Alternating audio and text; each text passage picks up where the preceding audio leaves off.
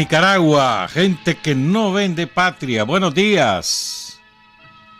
Clase lluvia ayer en Managua, ¿verdad? Bueno, por lo menos en este sector occidental de Managua. Torrencial con un vientazo que no es jugando.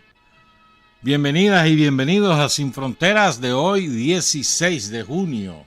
Hoy es 16, ¿verdad? Sí, hombre. Hoy es 15, no, 16 hoy. De junio de 2023. Con Carlos Hurtado Ordóñez y con Byron Baltoano Sandino cuando son las 6 de la mañana con 30 minutos. Sin Fronteras, la revista con William Griggs Vivado. En la primerísima 91.7 y 105.3 FM.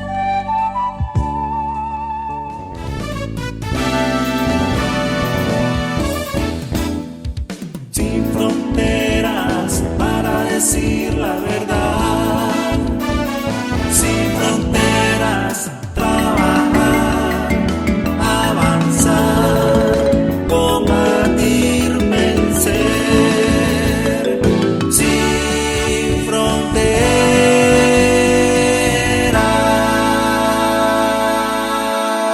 6 de la mañana con 35 minutos. Un saludo al profesor José Augusto Rizo Rodríguez, el líder sandinista de la Concordia, profesor de muchas generaciones, muy querido ahí en la Concordia. Ahí lo conocimos desde entonces, ahí nos mantenemos en contacto. A él, a su esposa, la compañera Teodolinda Rivera Ortiz, una de las mejores maestras del país. El presidente Ortega la condecoró, una pareja ejemplar de la Concordia. Y el profesor José Augusto, que toda su vida me estuvo contando maravillas del hospital militar. Un saludo a todos los compañeros del hospital militar. Me habló maravilla porque está con un tratamiento ahí. Tiene que tener confianza, sí, el profesor. Vamos a salir adelante, no se preocupe. Pero dice que lo atendieron muy bien, que las instalaciones muy bonitas. 4 días se voló ahí. Saludos a Norma Medina, por cierto, la dueña del hospital militar, gerenta propietaria. Bueno, ayer estuvo de cumpleaños siempre digo yo, estas son la compañera Francisca Ernestina Mendoza Santos, la Francisca, le decimos todo. Pero Francisca es el ejemplo de las hormiguitas de Sandino, que no andan buscando figuración, que no andan demandando nada por su trabajo y trabajan con una honradez ejemplar. La Francisca es el látigo de los corruptos.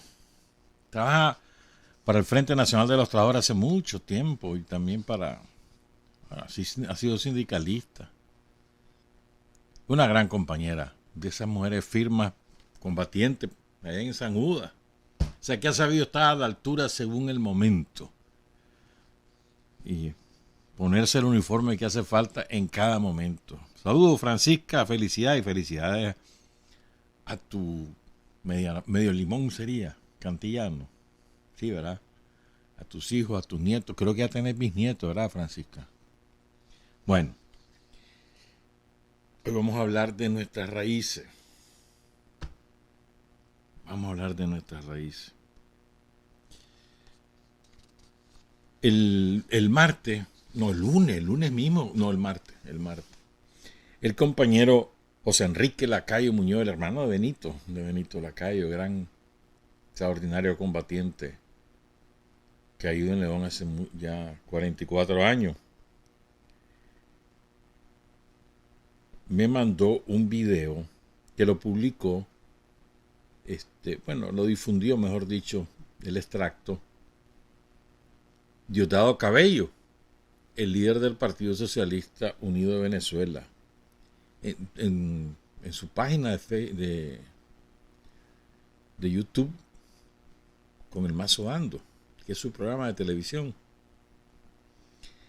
Y es sumamente oportuno. Lo íbamos a pasar, todos los días se nos queda material, ¿verdad? Todos los días del mundo. Entonces, lo vamos a transmitir hoy, porque es de una extraordinaria actualidad, compañeras y compañeros. Y vamos a comentar y nos vamos a ir sobre lo que él dice a lo largo de este programa. Esto fue el 15 de diciembre de 2010. En ese momento ya estaba enfermo de cáncer el presidente Chávez. Después fue cuando lo atacó con una ferocidad increíble. Y yo estoy convencido de que a Chávez lo asesinaron, convencido. Pero bueno. Entonces él visitó la Asamblea Nacional y se reunió con los diputados. Ahí estaba Nicolás Maduro, por ejemplo. Y les pegó una repasada. Entonces le dice, aquí no venimos a estar dormidos ni a dejarnos engatusar por la burguesía. No, espérense, es que estamos obligados a retomar las raíces. A retomarlas con pasión, con fuerza. Y dice, con más fuerza, con más ideas, con más batallas, con más victorias. Pero siempre recordar las raíces. Nosotros, ¿por qué estamos aquí? ¿A quién nos debemos? Escuchemos esta reflexión del presidente Hugo Chávez.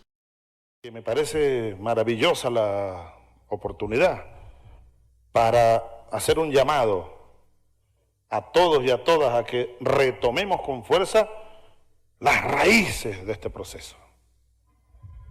Que volvamos a las raíces. Muy de cuando en cuando en estos procesos tan dinámicos, hay que volver a las raíces. Creo que este es uno de los momentos muy oportunos para retomar aquello, de dónde venimos, recordar de dónde venimos, por qué estamos aquí y para qué estamos aquí. No llegamos aquí nosotros para permitirnos que ser adormecidos por un viento helado de estos espacios, para ser adormecidos por el cansancio de la batalla o por los cantos de las sirenas de la burguesía o los valores burgueses de la comodidad, del apoltronamiento, del aburguesamiento. Nosotros estamos aquí para hacer una revolución verdadera. Para eso estamos aquí.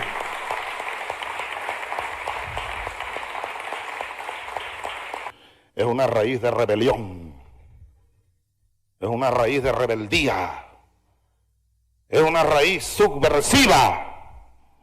Subversivos somos y subversivas ustedes, porque tenemos que terminar de subvertir el viejo orden burgués que todavía vive, la vieja cultura burguesa. Tenemos que seguir siendo los subversivos de siempre. Es la constitución de este siglo. Es la constitución, de la Venezuela victoriosa, invicta dijiste, ¿no? Pues invicta tiene que continuar.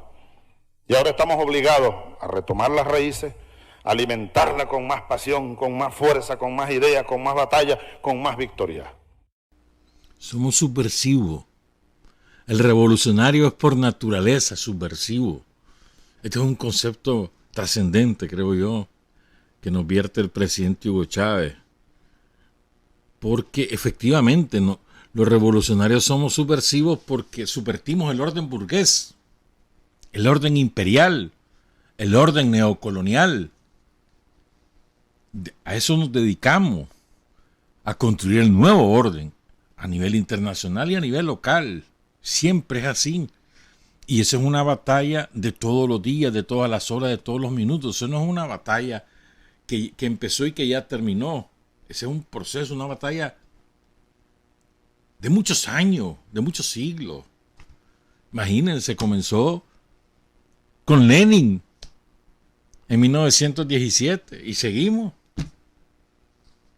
de muchos años, con altos y bajos, con reveses y triunfos. Pero lo más importante es que no nos olvidemos para qué estamos aquí.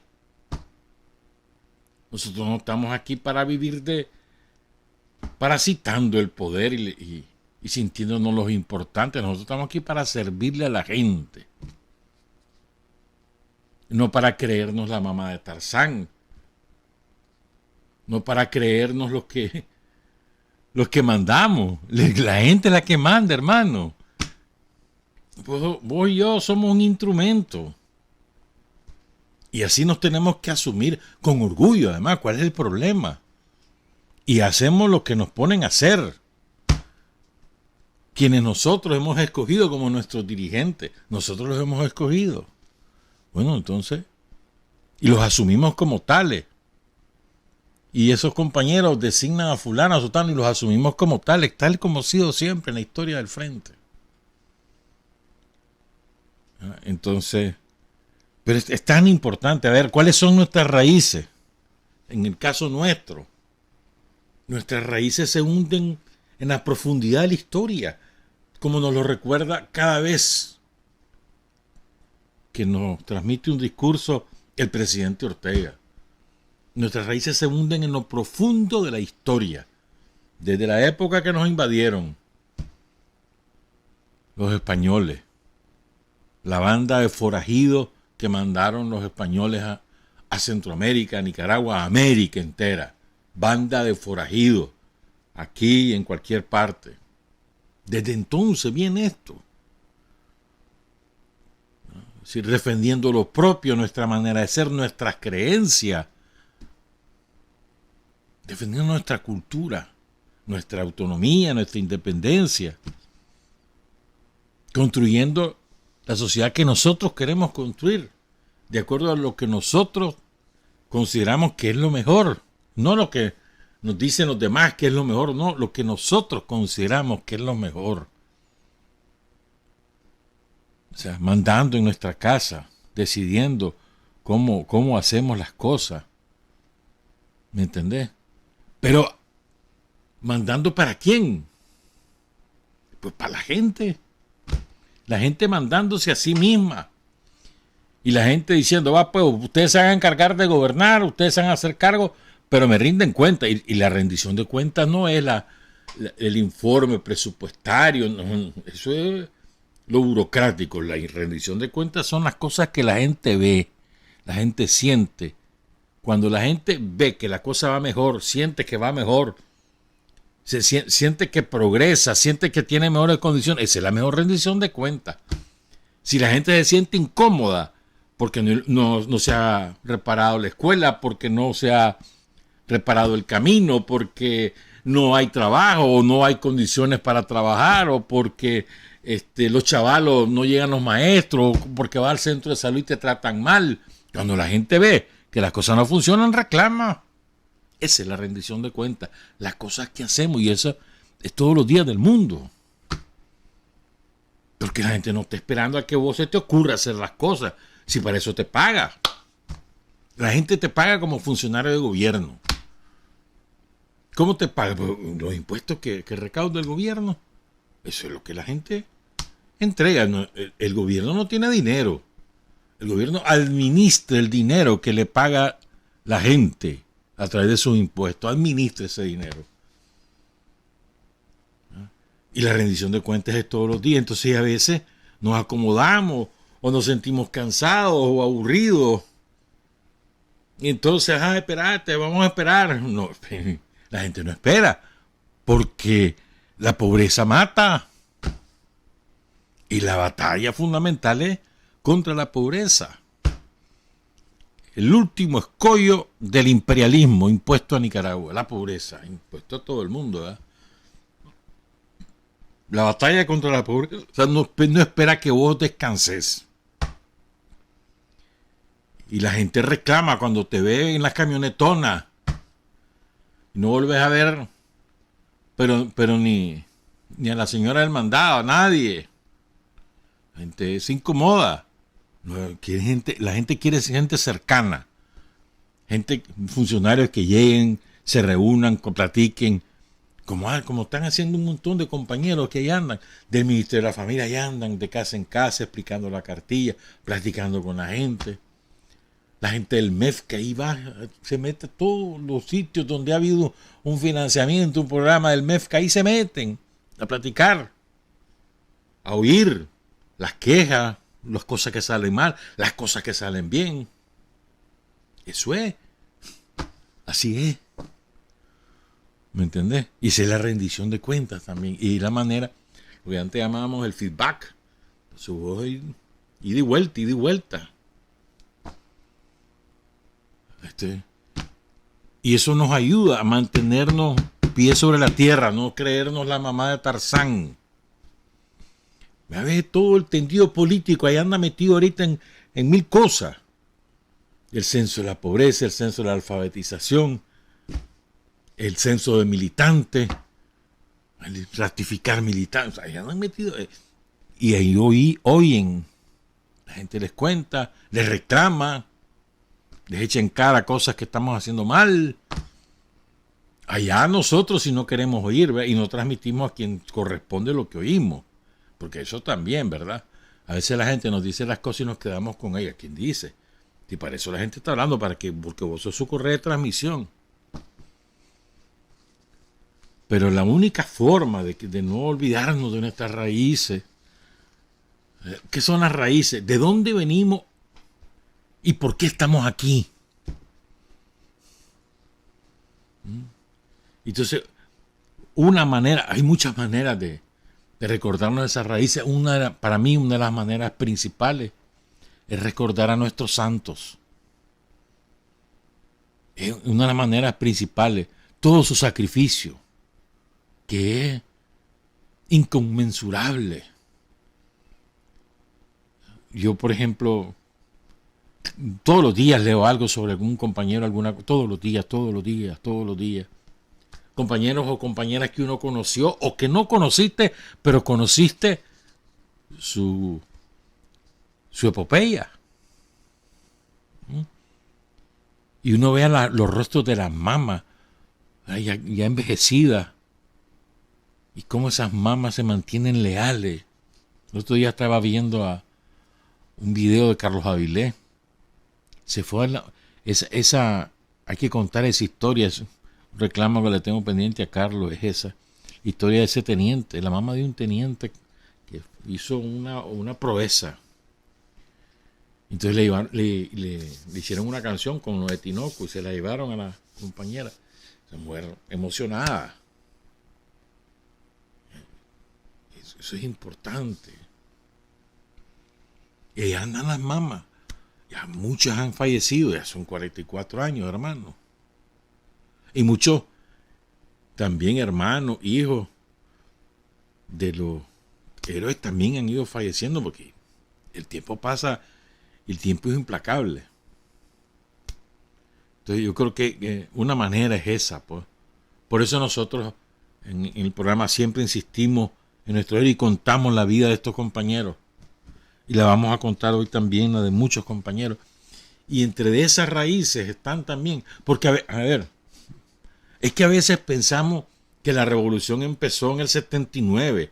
Eso no es así, compañeras y compañeros. La revolución popular sandinista, yo diría que comienza con Celedón. Ahí empieza.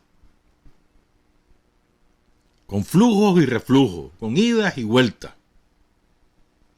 El punto culminante, obviamente, el 19 de julio de 1979. Pero antes está Sandino. Y antes está Colindre, y antes estaba Raudal, y antes estaba Pedro Altamirano, y antes está los mártires del 54, antes está Rigoberto López Pérez, están las luchas estudiantiles del 44, y antes está Bocay, y antes está Sinica, y antes está Pancasán, Julio Buitrago, Leonel Rugama, la Luisa Amanda Espinosa, las mujeres del Cuá, las matanzas de los campesinos en las montañas de Guaslala, de Ciuna, de Rancho Grande.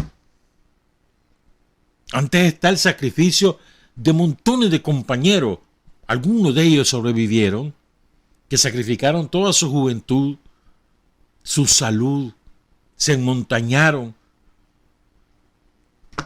Antes están tantas cosas, compañeras y compañeros. Y antes están, bueno, antes no.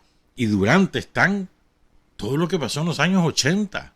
Y ahí andan un montón de compañeros, muchachos de la época, que hoy son gente mayor, que son héroes vivientes. Que hicieron proezas. Y que no andan pidiendo nada a cambio. Y no andan reclamando. Y siguen aportando. Involucrados, claro, ahora con menos potencia que la que uno tiene cuando la juventud, pero ahí andan los compañeros y las compañeras peleándola. Y son gente que fue víctima del terrorismo somocista en el 2018. Gente que uno ni se imagina, ¿eh? Y que resistieron el odio. ¿Ah? El odio del somocismo. Que a propósito de eso. Entonces, bueno, creo que lo de Hugo Chávez es muy pertinente. Pónganle mente, si tienen oportunidad, vuelvan a oír a Hugo Chávez, a ese fragmento.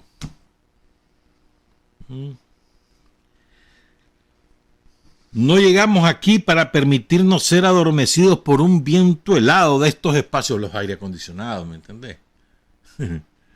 Hay gente que solo trabaja de 8 a 5. Y dice, soy militante. Y si solo de 8 a 5.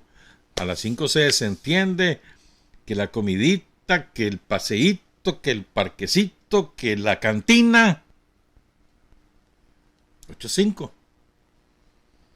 Y hay gente que incluso y lo convocan a una reunión después de las 5. Chochi, ¿por qué es tan tarde? Que no sé cuánto, deberíamos hacerla ahorita. Y están trabajando y quieren la reunión a esa hora.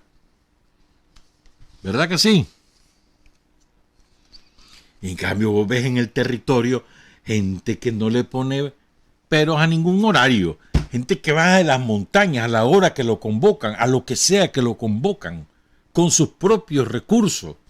Esos son los apóstoles del Frente Sandinista, un apostolado, pero por donde quiera va a encontrar eso, que es una diferencia sustancial con quienes trabajan en instituciones gubernamentales y que le ponen horario a la militancia. En el monte no es así. Trabajadores por cuenta propia que se pasan malmatando todo el día en los semáforos, en los mercados o en su negocito ahí, ¿verdad? Y ya en la noche buscan que le dicen, mira, hay una reunión, y allá van. Bien mal matados, para ahí van. Gente pencona, hermano. Hay montones que son así, montones. La inmensa mayoría. Son un puñito ahí que se ha aburguesado. ¿Ya? Adormecidos por el cansancio de la batalla o por los cantos de las sirenas de la burguesía o los valores burgueses de la comodidad, del apoltronamiento, de sentarse en un sofá, del aburguesamiento. Nosotros estamos aquí para hacer una revolución verdadera. ¿Qué es revolución verdadera? Cambiar las estructuras injustas de la sociedad para que la gente que sea cada día más igual en términos de condiciones sociales. ¿Qué es igualdad de condiciones sociales? Todo el mundo tiene energía, todo el mundo tiene agua potable, todo el mundo tiene alcantarillado, todo el mundo tiene acceso a la educación gratuita, básica, secundaria, universitaria, técnica. Todo el mundo tiene acceso a la salud en todos sus niveles, desde que te curan un dolor de cabeza hasta que te curan el cáncer, como yo conozco montones de gente que a través de los programas de INSS o en el Berta Calderón o en otras instituciones de salud pública se han curado del cáncer. Bueno, esa es la igualdad social. O la carretera que acaba de hacer el gobierno en cualquiera de los lugares. Todos los días se inauguran carreteras o caminos renovados. Todo eso crea, o el acceso a la energía eléctrica. O sea, todo eso crea igualdad social. Ese es nuestro pegue, hermano. Ese es nuestro pegue. Esa es nuestra manera de hacer revolución verdadera. Cambiar las estructuras injustas. Y nadie está diciendo vayan a matar a los ricos. Nadie ha dicho, nunca hemos dicho eso. ¿No? Pero queremos que todo el mundo tenga las mismas oportunidades. Y eso hacemos. En eso consiste nuestro trabajo. Y cuando se les olvide, busquen las raíces.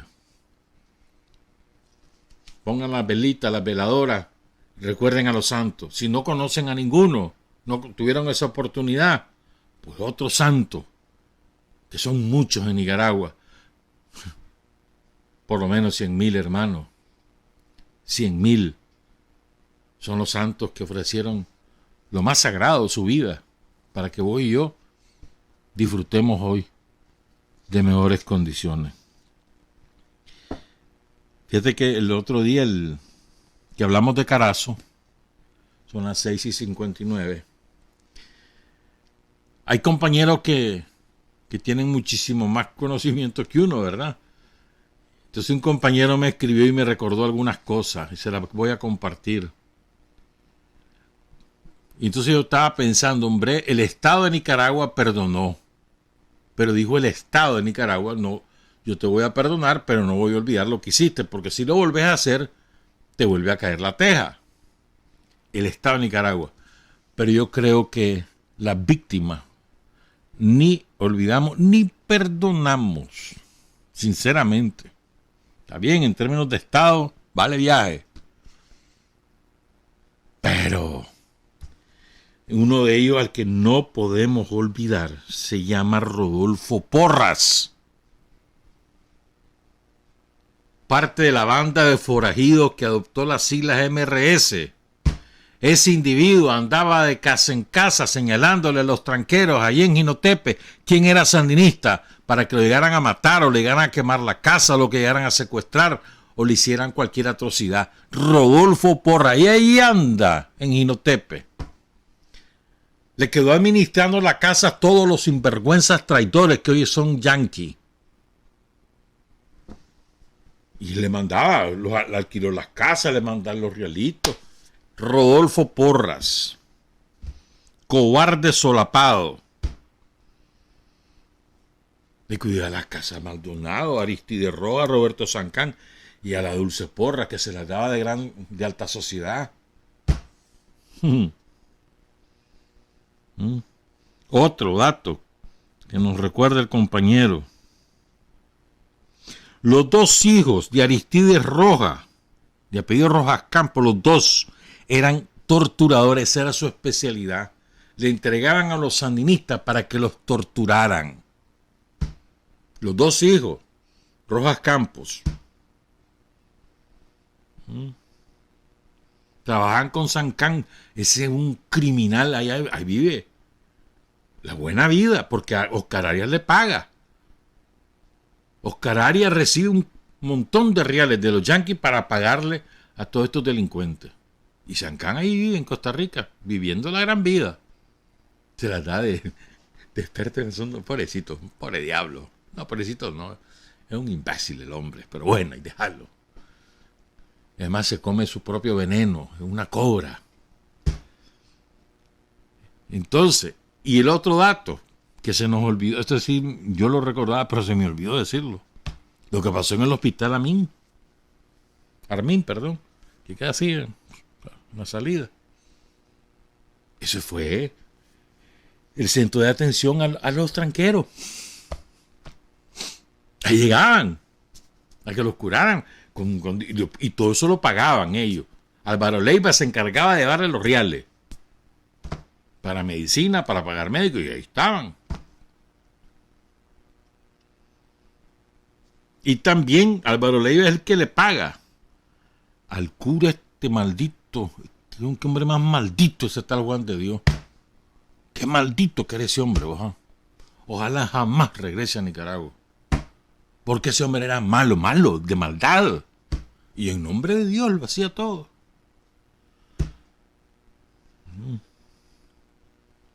Y te acordás, y esto lo vimos, lo transmitieron en televisión, hombre. Ellos mismos, en videos de Facebook y en televisión, cuando llegaba Álvaro Leiva a darle los reales al borracho de Din Román, el picado ese. ¿Te acordás de eso? Y a García también. Hombre, no se nos olviden estas cosas. Rodolfo Porras, allá anda en Jinotepe. al estilo de La Guardia. Sandinistas, torturen, maten, secuestren, roben, quemen. Bueno, entonces regresar, vamos a hablar de parte de nuestras raíces. Y raíces, yo les decía que algunos compañeros piensan que la revolución empezó en el 79. Yo te decía, no, para mí la revolución popular sandinista empieza con Celedón. Y seguimos. Ya son 100 años, 110 años, 111 años, 111 años. Y han habido flujos y reflujos, idas y venidas, subidas y bajadas. Largos, letargos y de pronto las cumbres, así, como una montaña rusa. Así ha sido. Como es la vida también, hermano, así es la vida. Entonces, y no tenemos presente que hay gente que supo estar a la altura. Fueron pocos, pero supo estar a la altura. Y son ejemplares. Y pagaron su consecuencia con exilio, con cárcel. Jamás pudieron regresar a Nicaragua. Mucha gente. Y fueron consecuentes. Uno de estos compañeros del que vamos a hablar es Juan José Mesa Amador. Regresamos, las 7:05. Hay hombres que luchan un día y son buenos. Hay hombres que luchan un año y son mejores. Pero hay hombres que luchan toda la vida. Esos son los imprescindibles.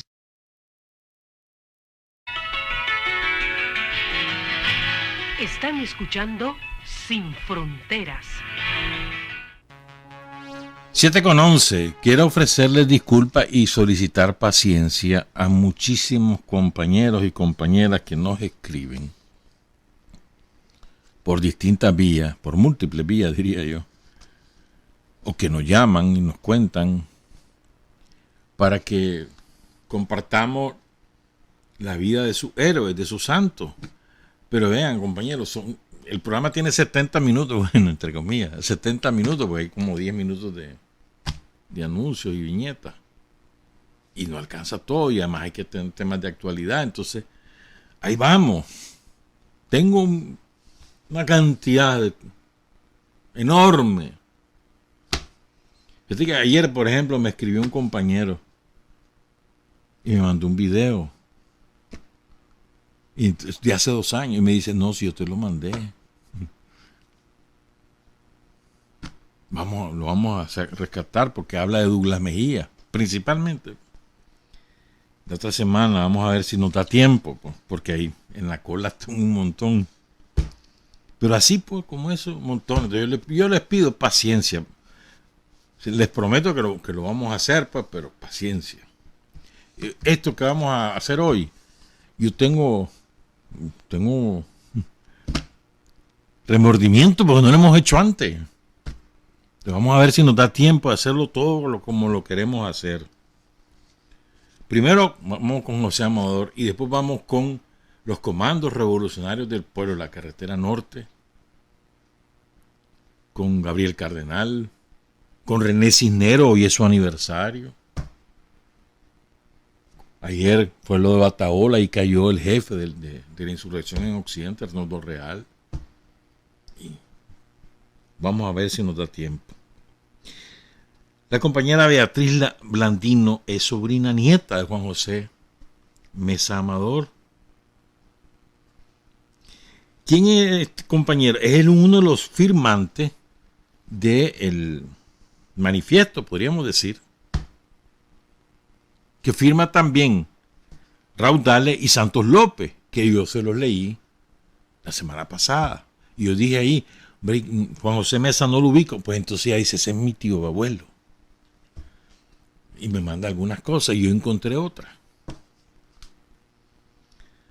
Ese manifiesto fue publicado en 1956, antes que Rigoberto ejecute al asesino de Sandino.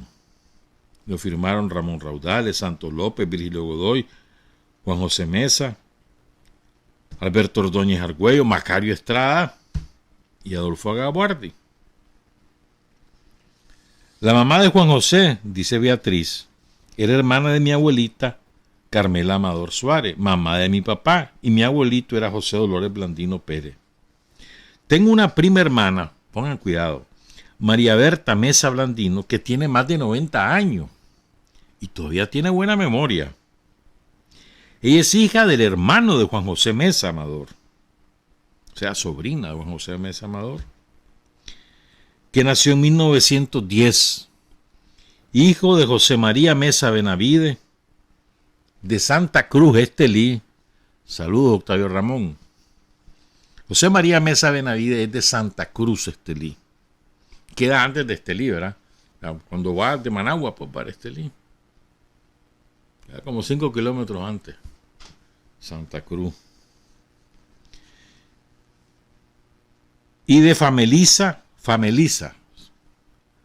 Nunca había escuchado ese nombre. Famelisa Amador Suárez. Dice mi prima que cuando Juan José salió de Nicaragua lo dejaron en Guatemala. Después se fue a México y terminó su carrera de Derecho. Se casó con una venezolana, se fue a Venezuela y ahí falleció. Juan José Mesa fue de los primeros sandinistas, es decir, partidarios de Sandino, no sandinista en el sentido de que estaba en el ejército ni estaba organizado con Sandino, ¿me entendés? Pero era de los jóvenes de la época que abrazan la causa de Sandino. A ver, cuando Sandino inicia la lucha en 1927, Juan José tenía 17 años. Probablemente él oye de la lucha de Sandino más en León cuando se fue a estudiar Derecho, porque en León había mucha información sobre Sandino, en la universidad y en otros espacios. Probablemente. Esta es una conclusión mía. Entonces, cuando Sandino viene por última vez a hablar con Sacasa, en una de las veces, porque fueron 4 viajes, ¿no? En una de esas se va Juan José con 2 compañeros más, se van a Jinotega. En aquellos tiempos, eso es a caballo, hermano. O sea, de Managua a Jinotega, eso debe haber sido 2 o 3 días de camino. Se van a Jinotega porque quieren hablar con Sandino. Ya había terminado de estudiar Derecho, pero no se había promocionado, porque todavía no tenía el título, pero había terminado sus estudios. Entonces, cuando la Guardia de Somoza, la Contabularia y los marinos ahí en Jinotega se dan cuenta que andan estos chavalos que andan buscando cómo hablar con Sandino, los echan presos. Entonces Somoza le manda a decir que él le agiliza los trámites para que le den el título, porque en aquella época eso era un dolor de parto, sacar un título, porque eran poquitos los que se graduaban y además había toda una claque ahí que impedía que ejercieran, porque era competencia. Entonces, y además tenía que ser autorizado por el Estado, etc. Entonces, Somoza García le manda a decir: mira, yo te apuro lo del título, pues, pero cálmate, ya no andes con locurita. Y entonces le dice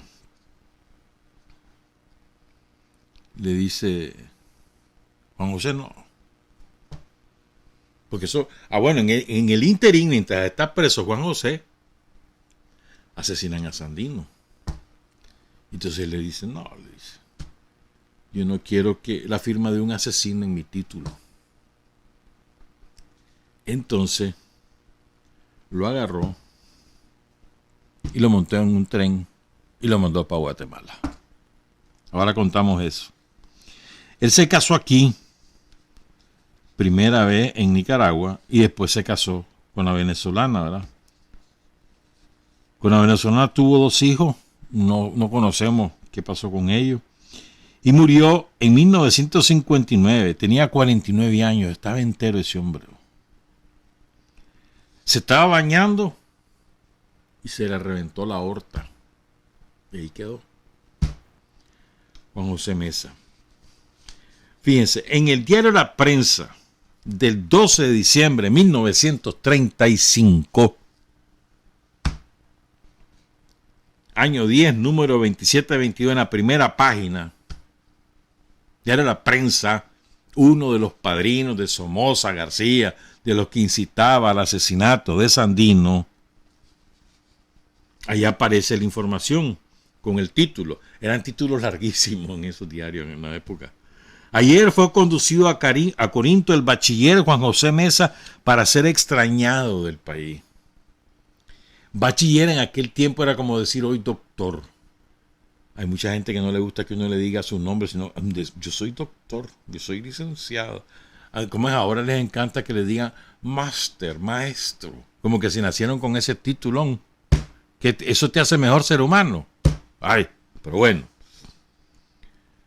Entonces dice la información, cortita. Ayer fue conducido a la estación del ferrocarril donde se le obligó a tomar el tren, custodiado por la Guardia Nacional, rumbo a Corinto el bachiller Juan José Mesa. Y oigan esto.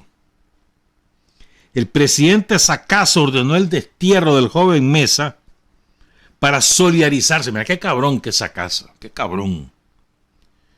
Para solidarizarse con los gobiernos de Guatemala y El Salvador, en vista de que el señor Mesa declaró que había burlado a las autoridades de aquellos países para entrar a Nicaragua. Porque ¿qué ocurre? Somoza lo mandó, era aquella vez de Jinotega.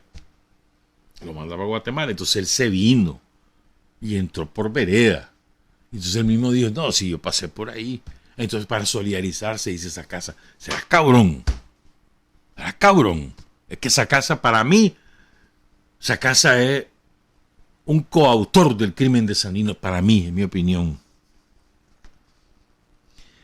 Miren, Rafael Córdoba Rivas, que fue miembro de la Junta de Gobierno de Reconstrucción Nacional, que fue magistrado, magistrado de la Corte Suprema de Justicia cuando fue presidente Roberto Argoy Hurtado, en la primera Corte de la Revolución, y después pasa a la Junta de Gobierno, dirigente del Partido Conservador de muchísimos años, gran amigo de Pedro Joaquín Chamorro Cardenal. Entonces, miren lo que es. Eso lo vamos a leer luego. Rafael Córdoba Rivas lo vamos a leer el 23 de junio. Habló en el acto por el cuarto aniversario de la caída en combate de Carlos Fonseca. Fue en el Teatro Rubén Darío, ahí habló Rafael Córdoba Rivas y ahí menciona a Juan José Mesa. Oigan esto, solo voy a leer esta parte, ya el 23, ¿cuándo es 23? Hoy, el próximo viernes. Dice Rafael Córdoba Rivas, ya murió Rafael Córdoba en el 2010, creo que murió.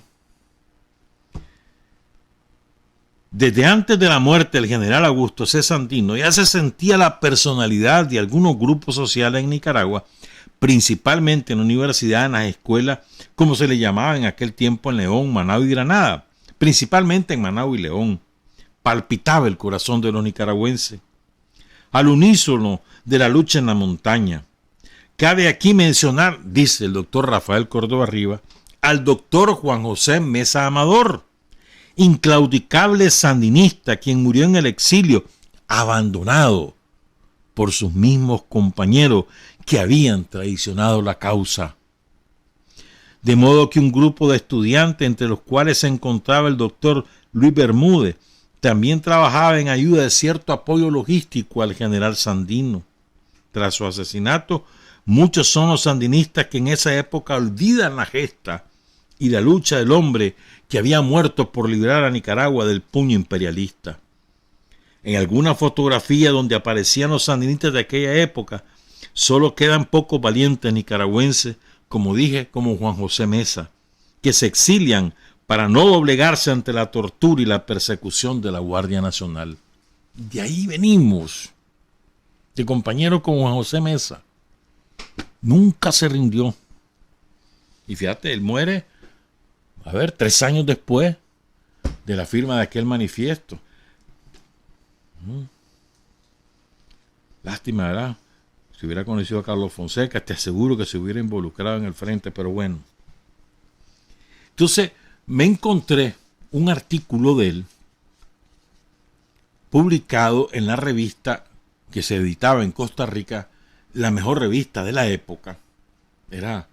Tenía de todo, poesías, ensayos, información internacional, de todo. Repertorio americano. Incluso se ha vuelto a publicar en su tercera, ¿cómo que le llaman? Época. La tercera época está allá. Entonces, él le manda una notita al director de Reportero Americano, que se llamaba, creo que Jorge, no recuerdo bien, García Monge, sí. Entonces le manda a decir esta frase que fue la que olvidé la vez pasada. Los revolucionarios no tenemos paz sino en la tumba. Los revolucionarios no tenemos paz sino en la tumba. Aquí me tiene en la lucha. Mándeme repertorio. Lo abrazamos y admiramos siempre. Y le firmó Mesa. No se firmaba doctor Juan José Mesa. Mesa. Y el artículo se llama, precioso el artículo, perdón, el nombre, En Sandino Pienso. Dedicado al mayor Jacobo Arbenz, que ya había sido, que en aquel momento ya estaba de presidente allá en Guatemala y estaba realizando la reforma agraria. Porque este artículo lo escribe en México Juan José Mesa y lo escribe el 30 de octubre de 1948. Se publica en el número 1063 de Repertorio Americano, año 29, tomo, 44, páginas 184, 189 y 190. Yo no voy a leer todo el artículo, pero voy a leer algunos extractos. ¿Verdad? Él refiere, lo que hace es una sucinta historia de los antecedentes de Sandino. Luego habla un poco de Sandino mismo, con sus orígenes, también su periodo masón. Parece que Juan José Mesa era masón, porque dedica un especial apartado a enaltecer la característica de masón de Sandino. Pero quiero leer solo algunas cositas, ¿verdad? Porque me llama la atención. Qué claridad la de Juan José Mesa. Es impresionante. Es impresionante. Además de la manera que cuenta todo, ¿no? Todos esos antecedentes, el Bartolomé Martínez, Emiliano Chamorro, todas esas cosas, las pláticas con Stimson, sintéticamente, pero con una precisión de historiador. Dice, por ejemplo, José María Moncada, un segundón en ese movimiento llamado impropiamente revolucionario. Fíjate. Me acordé de Aldo Díaz porque a Aldo le gustaba esta palabra impropiamente. Valiéndose de ciertas maniobras y aprovechando la debilidad del doctor Juan Bautista Sacasa, ¿saben cómo? Ya habían bautizado a Sacasa, así creo que fue Sofonía, no me acuerdo quién. Lo apodó la nulidad sonriente. Ella lo cita Mesa. Presidente del gobierno que se constituyó al invadirse el país, fue poco a poco controlando las Fuerzas Armadas hasta convertirse en el jefe de la revolución. Mientras Estados Unidos enviaba soldados y armas para respaldar al esclavista Adolfo Díaz y demás traidores, el movimiento reivindicador avanzaba sobre la capital en continuos e indiscutibles triunfos. Y aquí sigue otra. En los momentos más difíciles para el gobierno de Díaz, se presentó en Nicaragua el coronel Henry L. Stimson como enviado personal del presidente Coolidge, Calvin Coolidge, el apasionado devoto de la Santa Biblia, porque así se lo describen a Coolidge, bastante criminal, ¿verdad? Pidiendo conferenciar con Moncada. El jefe del movimiento, Moncada, a quien ya antes se le había sorprendido sosteniendo pláticas con un almirante norteamericano, ya te lo conté esto, ¿te acordás? Hace como para el 18 de mayo, aceptó gustoso la invitación. Y después cuenta, ¿verdad? Lo que pasa es que no queda mucho tiempo para seguir con ello, pero es que quiero mencionar esto, hombre. ¿Qué se me hizo? Fíjate bien. Cuenta Juan José Meza, este dato yo no lo recordaba o no lo sabía, no estoy claro. Cuenta Juan José Meza, Monseñor Lescano y Ortega, José Antonio Lescano y Ortega, cómplice de los marinos yanquis y de Somoza García, arzobispo de Managua, el primer arzobispo de Managua, en mensaje enviado al cardenal Dougherty de Filadelfia, les pedía a los católicos de Estados Unidos de Norteamérica que rezaran para que nuestro Señor protegiera y amparara al ejemplar estadista y digno presidente Adolfo Díaz. Lescano. Yo no recuerdo haber leído eso antes. Dato de Juan José Meza. Te doy otro dato. Pero me gusta esta parte como lo formula. ¿Verdad?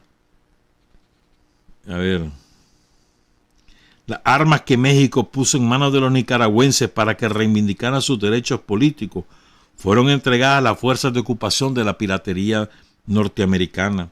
Moncada traicionaba en esta forma a los esforzados combatientes, a la esperanzada y sufrida Nicaragua y el generoso México que dio su apoyo por entero al hermano pueblo nicaragüense. La sangre derramada en los campos de batalla, escarnecida por la traición, servía exclusivamente para que el cínico Moncada se alzara con la presidencia. Esta es una frase que se puede recuperar. La sangre derramada en los campos de batalla, escarnecida por la traición. Cualquier parecido con la actualidad no es coincidencia. Pues va con lo de Sandino. Y recuerda aquella famosa carta que ya se la leímos aquí, la de Isidro Fabela, el intelectual mexicano, uno de los más importantes especialistas en relaciones internacionales de la historia mexicana, que lo describe a Sandino: usted es un héroe, el héroe de nuestros tiempos, el que debía surgir como un imperativo de nuestra historia. El bofetón que recibe en el rostro la tierra de Rubén Darío nos hiere a todos los hispanoamericanos, decía Fabela. ¿Verdad? Oigan qué lindo esto, ¿eh? Manuel Ugarte en la Tribuna de América decía: estamos con Sandino, que defender la libertad de su pueblo presagia la redención continental. Le cito dos poemitas que lo escribe Juan José Meza. Y vieron las naciones en cuenta de Nicaragua el precio de su venta, saldado con su sangre y con su gloria. ¿Ah? Y otro: para llevar al héroe en la campaña se transformó en litera la montaña, y al bosque mismo le nacieron brazos. Esto es precioso. Se lo voy a repetir. Para llevar al héroe Sandino en la campaña se transformó en litera la montaña, y al bosque mismo le nacieron brazos. Es lindo. ¿Ya?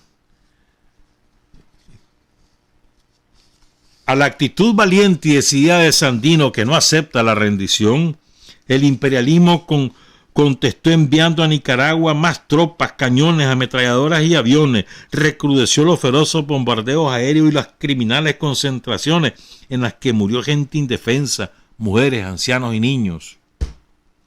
Y oigan esta. Ya después nos vamos a tener que seguir con lo otro. En esos días, febrero de 1928, el arzobispo de la ciudad de Granada, Canuto Reyes y Valladares, bendecía las armas de los invasores que iban a combatir sangrientamente al defensor de la dignidad indoamericana. A otro. Este es el mismo que después dijo que el terremoto del 1931 había ocurrido porque los managuas éramos licenciosos, porque andábamos en la vía disipada, porque nos habíamos alejado de Dios, que era un castigo, que está bueno que nos pasara. Y quienes habían disipado la vida en Managua eran los marinos yanquis, que hacían cualquier cantidad de orgías, incluso en los cementerios. Y eso está documentado. Pues ese es Juan José Meza, hermano. De ahí venimos, de gente como él. honor y gloria, Juan José no murió en batalla, pero supo estar a la altura de las circunstancias en el momento que la patria se lo exigió. Y agradezco a la compañera Beatriz Blandino por revelarnos de quién se trataba Juan José Mesa. Cambiamos de tema, 7:34. Hoy es el aniversario de René Cisneros. René Cisneros fue un sindicalista, era un obrero, de los más valientes combatientes sandinistas de los barrios occidentales. Y eso lo atestiguan los compañeros que lucharon con él. Hay muchos que están vivos. Lo atestiguan, lo cuentan. La valentía de René Cisneros. Y además la manera en cómo él muere es muy heroica. Él queda como jefe de una agrupación de 52 muchachos que están cubriendo la retirada de centenares de chavalos y de pobladores de San Judas que van hacia el vapor cuando se quedan sin municiones y la guardia va entrando con todo. Entonces se organiza el repliegue al vapor. Entonces René Cisneros se queda con un grupo de más o menos 52 muchachos para frenar a la guardia, para cubrir la retirada, para darles tiempo, que suban, que caminen y suban, porque todo eso es a pie, hermano. Y en aquellos tiempos todo eso era camino. Sí, todo terminaba. Antes, Zipochopapa era una comarca que quedaba lejos. Todo eso era cafetales. Entonces él se hace de una M30 que no recuerdo el nombre del compañero que cae, que llevaba la M30. Entonces él agarra la M30 y con la M30 defiende la retirada de los compañeros. Y porque el resto de los muchachos, bombas de contacto y pistolitas. Con eso estaban. El que estaba mejor armado era René. ¿verdad? De esos 52, solo 8 sobrevivieron. Así se llama el barrio que queda frente a la colonia del Periodista. Por esa gasolinera, todo ese barrio se llama el barrio René Cisneros. Los compañeros que lucharon con René Cisneros lo recuerdan como el obrero incansable y líder sindical que penetró las bases de ese movimiento que en esa época estaba plagada de somocistas y desde el interior empezó un trabajo político para reclutar gente para las filas del Frente Sandinista. Fue pieza clave para dirigir la insurrección popular de los barrios occidentales y uno de los mejores combatientes populares de la capital. Hay un monumento ahí en San Juan donde cayó René Cisneros. Entonces,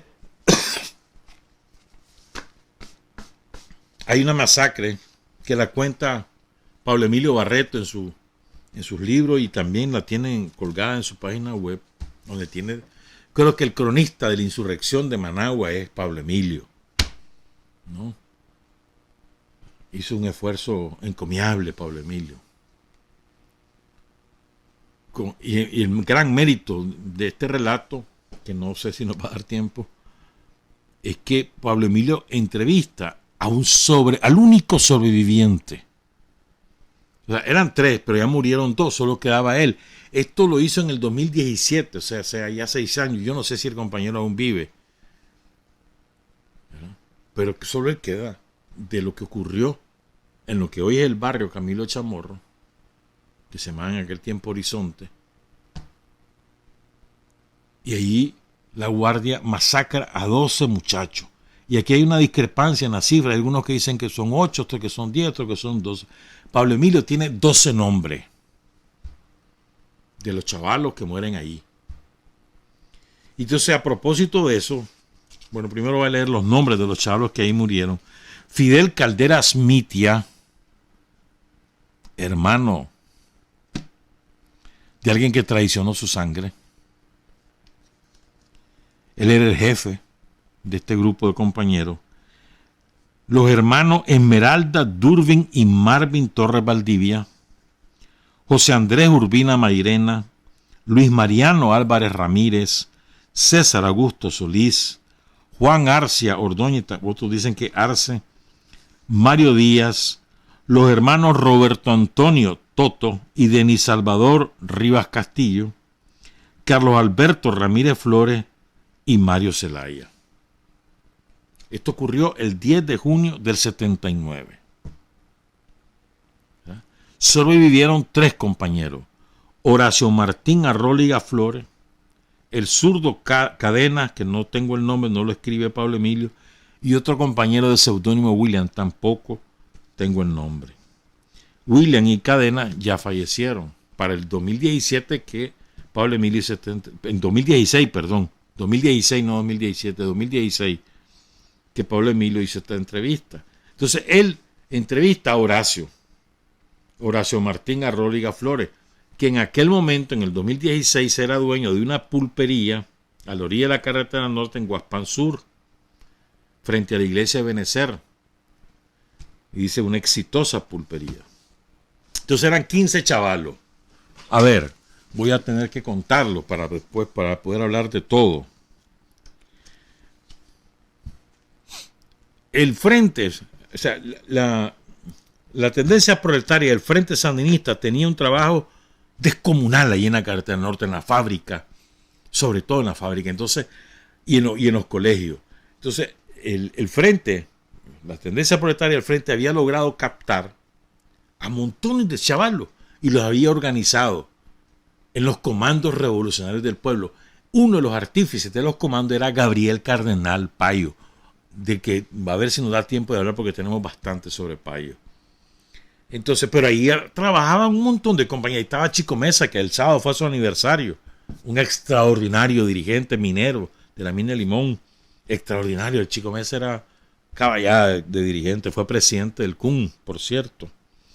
Estaba Gabriel Cardenal, Carlos Núñez, ahí andaba, René Cisnero Vanega, por cierto, me he olvidado de dar su segundo apellido, Arnoldo Real Espinosa, que después dirige la insurrección en los barrios occidentales, en los barrios, o sea, Monseñor Lescano, Cahuelinca, todo, Cristo del Rosario, Santana, Chico Mesa, Marcos Somarriba, el comandante Marcos Somarriba, saludos a Mayela, César Augusto Silva venía del Partido Socialista, gran combatiente, muere en Masaya, si mal no recuerdo, pero tenía un enorme prestigio, César Augusto Silva. Humberto del Palacio González, este otro compañero, Douglas Domingo López Niño, que cayó también en la lucha. Víctor Romero Pérez, que acaba de morir, murió el 28 de mayo. Dientelata, Bayardo, el seudónimo. Ricardo Robleto Espinosa, no sé qué se hizo Ricardo.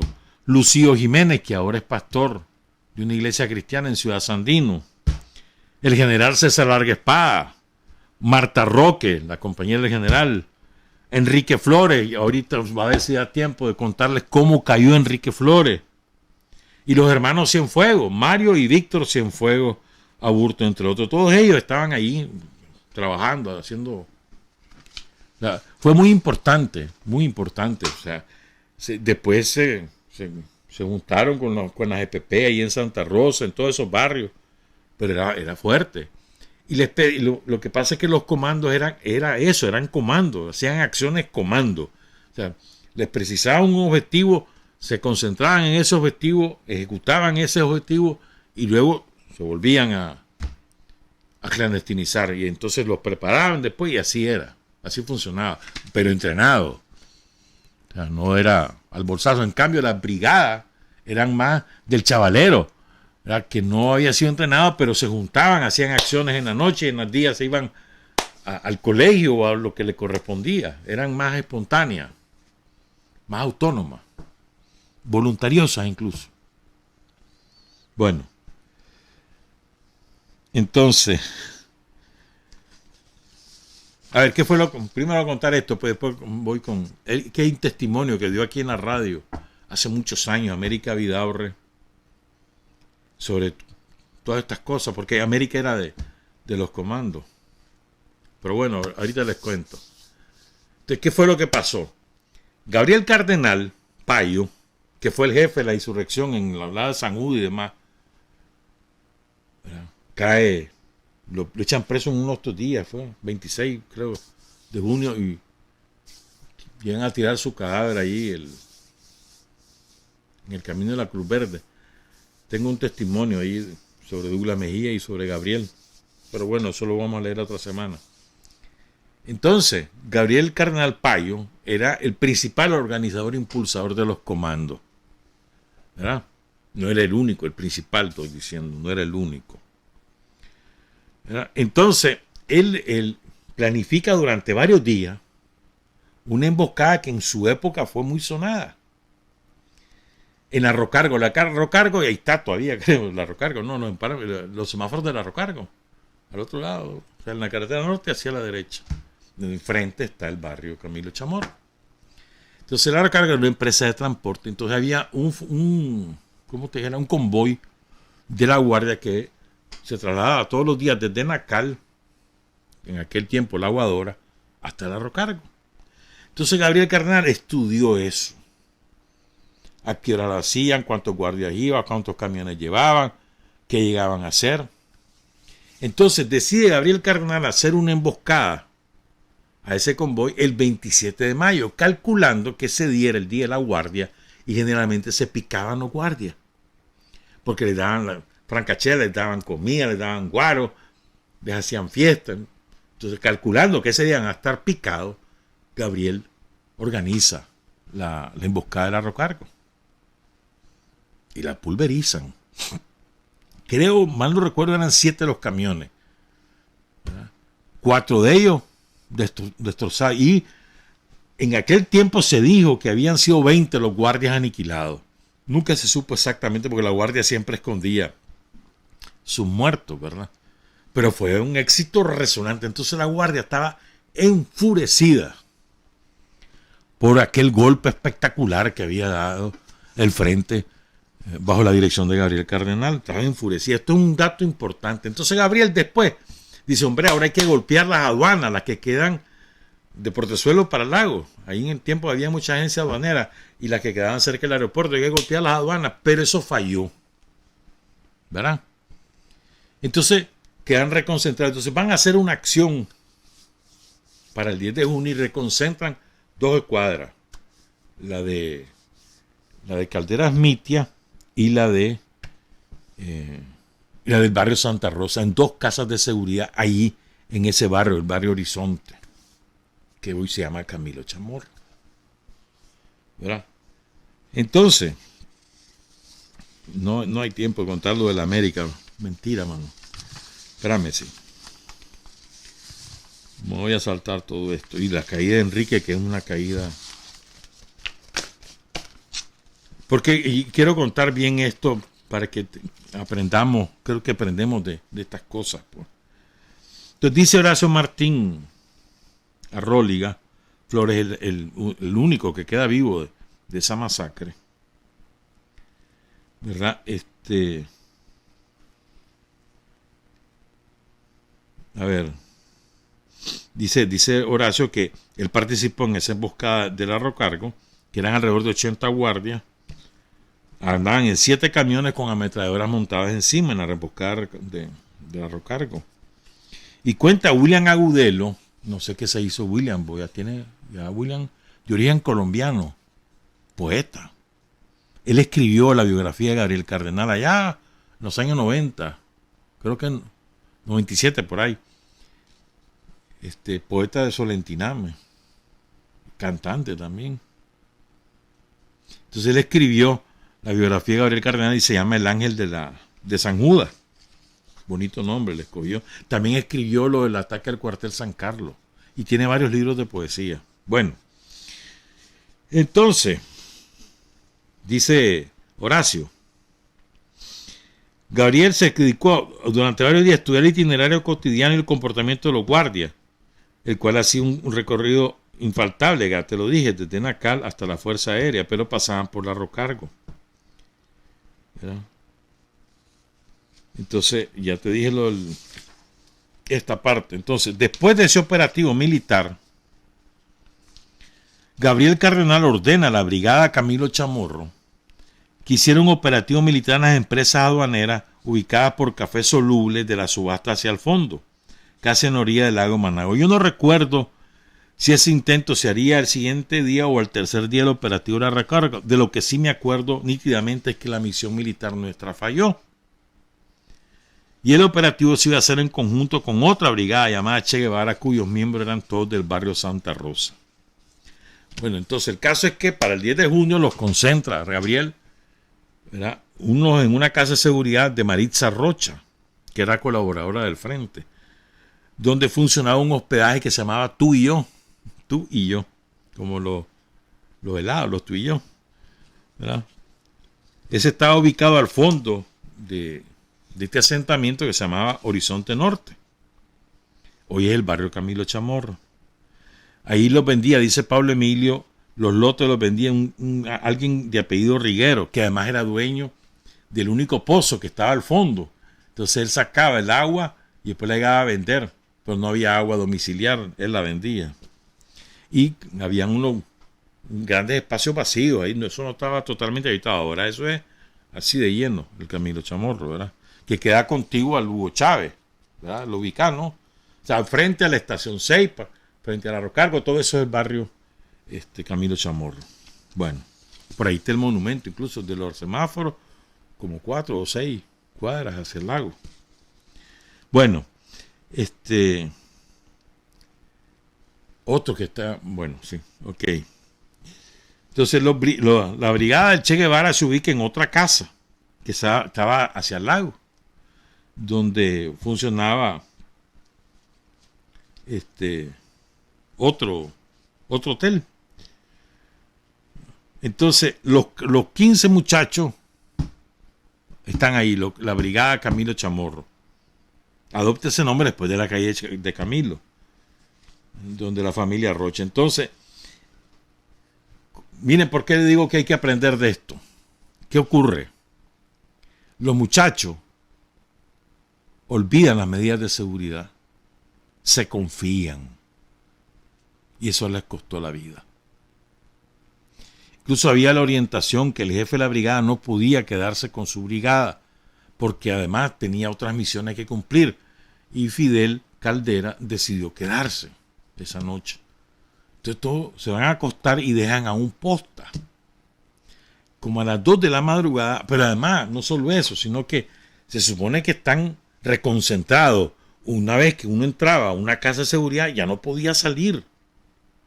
O sea, yo me acuerdo una experiencia personal, 3 semanas encerrado, no en la casa, en el cuarto, porque no te podía ver ningún vecino.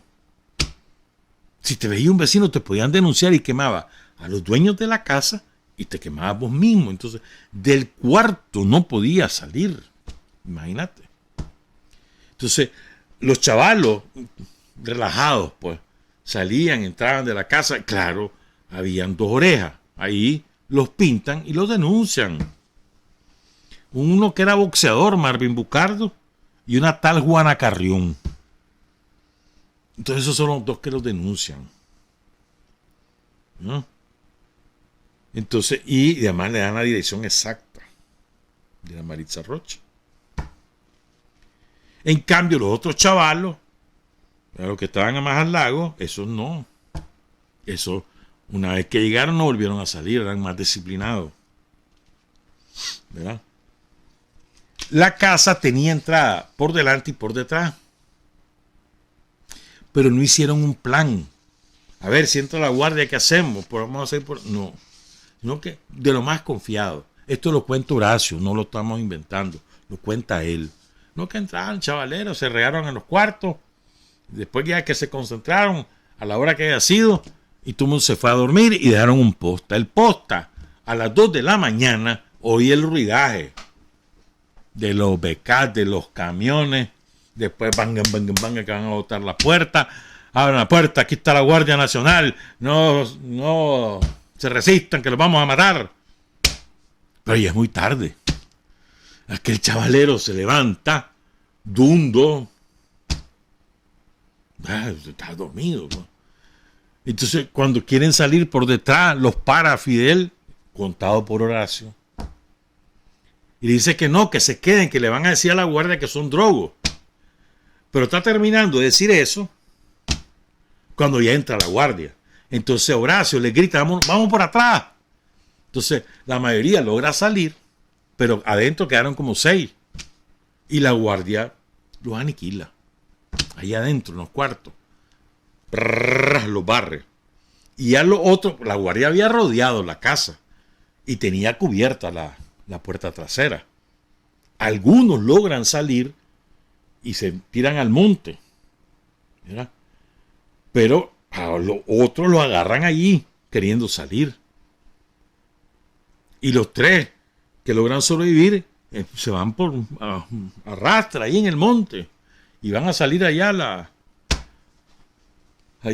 América, toda la vieja Cenito Escobar, ¿verdad? Y al resto los agarran vivos. Como 6 los matan dentro de la casa y el resto, que son otros 6 compañeros, los agarran vivos, ¿verdad? Testimonio de Horacio Arróliga, repito, ¿verdad?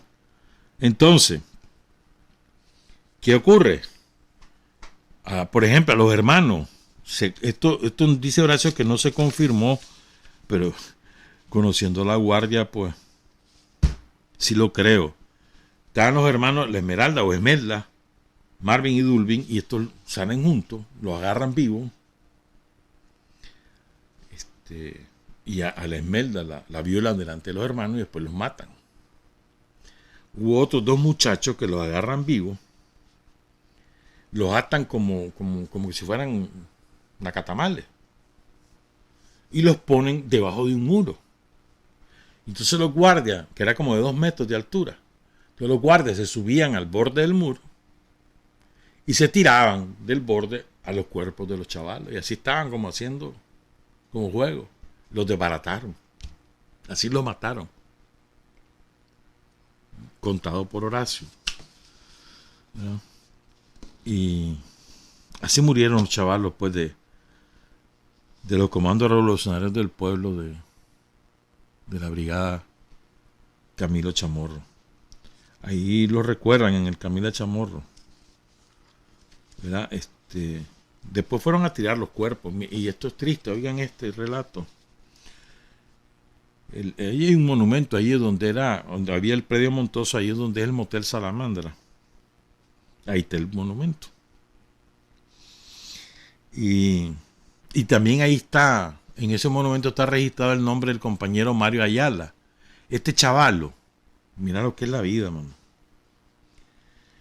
En el reparto de las Mercedes se topa con un guardia que va de huida.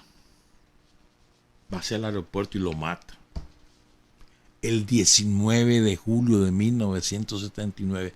Ese día mataron al chaval. Mario Ayala se llama. ¿Verdad? Pero oigan este relato, es que esto es triste, mano. La mayoría de estos chavalos vivían en ese barrio o en Santa Rosa, pero la mayoría vivía en el barrio Horizonte, que es el Camilo Chamorro. Entonces, José Andrés Urbina, padre, sale de su casa a buscar el bus porque va a ir al mercado a comprar para la comida. Entonces, eso eran caminos lodosos, fangosos, montarascales. Te salían culebras o te salía una vaca, entonces había que ir con cuidado. Entonces él va con ese cuidado cuando se topa en los matorrales con los cadáveres. Empieza a revisar, está amaneciendo, y ve que uno de ellos es su hijo. ¿Te imaginas el dolor de ese hombre? Y a esa hora pues se fue a avisar al resto de los vecinos y entonces pues a buscar como la caja y a sepultarlo. Pues. Triste, mano, triste. Muchos de los guardias que asesinaron a estos cipotes fueron capturados y estuvieron presos cuando la Zona Franca era una cárcel, ¿te acordás? En los años 80. Ahí estuvieron presos y ellos contaron esto del muro y estas cosas las contaron ellos, los guardias. Xiomara Argentina Torres Valdivia es la hermana menor de Esmeralda Durbin y Marvin Torres. Dice que la familia sabía que los 3 chavales andaban metidos en la lucha, ¿verdad? Pero que nadie sabía dónde y qué es lo que hacían, pero sí sabían que andaban. Pues. Los hermanos Toto y Denis Rivas vivían con su mamá ahí de la Rocargo, 8 cuadras al lago. ¿Verdad? Y 3 cuadras abajo, ahí mismo en el Horizonte Norte. Honor y gloria, Manolo, de la Brigada Camilo Chamorro. ¿Por qué lo he contado? Además, haciendo énfasis en las circunstancias, porque una de las características de nosotros tiene que ser la disciplina. Las cosas te las mandan a hacer por algo. Entonces el chavalero se descuidó, se confió. Y estaban entrenados. Y se confiaron. Relajaron las medidas de seguridad y lo pagaron con su vida. Una cosa terrible. Hubo muchos compañeros, no la mayoría, pero hubo muchos compañeros que descuidaron las medidas de seguridad y lo pagaron con su vida. Al enemigo nunca se le puede subestimar. Esa es una lección. Al enemigo nunca lo puedes subestimar. Nunca podés creer que ya lo tenés bajo tierra. No. Nunca subestimes al enemigo. Porque sobre todo en nuestro caso, el enemigo son los yanquis. Los yanquis tienen reales, armas, y financian a todos los mequetrefes que andan por aquí. Entonces, al enemigo nunca lo podés subestimar. Siempre tenés que estar ojo al Cristo y ser disciplinado, cumplir con las orientaciones, porque esa es la manera de salvaguardar tu vida y en nuestro caso hoy, tu vida, la paz, la seguridad de la nación. Voy a volver a leer los nombres de los muchachos y agradecer a Pablo Emilio por esta entrevista que le hizo a Horacio Martín Arróliga Flores, el único que queda vivo de esa masacre. El único que queda vivo, porque los otros 2 compañeros que lograron sobrevivir ya fallecieron. ¿Verdad? Entonces, espérame que voy a buscarte los nombres porque ya nos vamos, ya está el mezca ahí, seguramente están buscando cómo regañarme. A ver.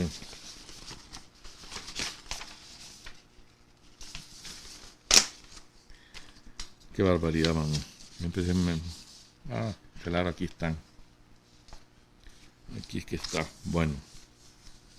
Los compañeros Esmeralda Durbin y Marvin Torres Valdivia, José Andrés Urbina Mairena, Fidel Caldera Smitia, Luis Mariano Álvarez Ramírez, César Augusto Solís, Juan Arce Ordóñez, Mario Díaz, Roberto Antonio y Denis Salvador Rivas Castillo, Carlos Alberto Ramírez Flores y Mario Zelaya. Sobrevivieron Horacio Martín Arróliga Flores y el zurdo Cadenas y William. Honor y gloria a los héroes de la Brigada Camilo Chamorro. Trabajar, avanzar, combatir, vencer. Patria y libertad. Revolución es sentido del momento histórico. Es cambiar todo lo que debe ser cambiado. Es igualdad y libertad plenas.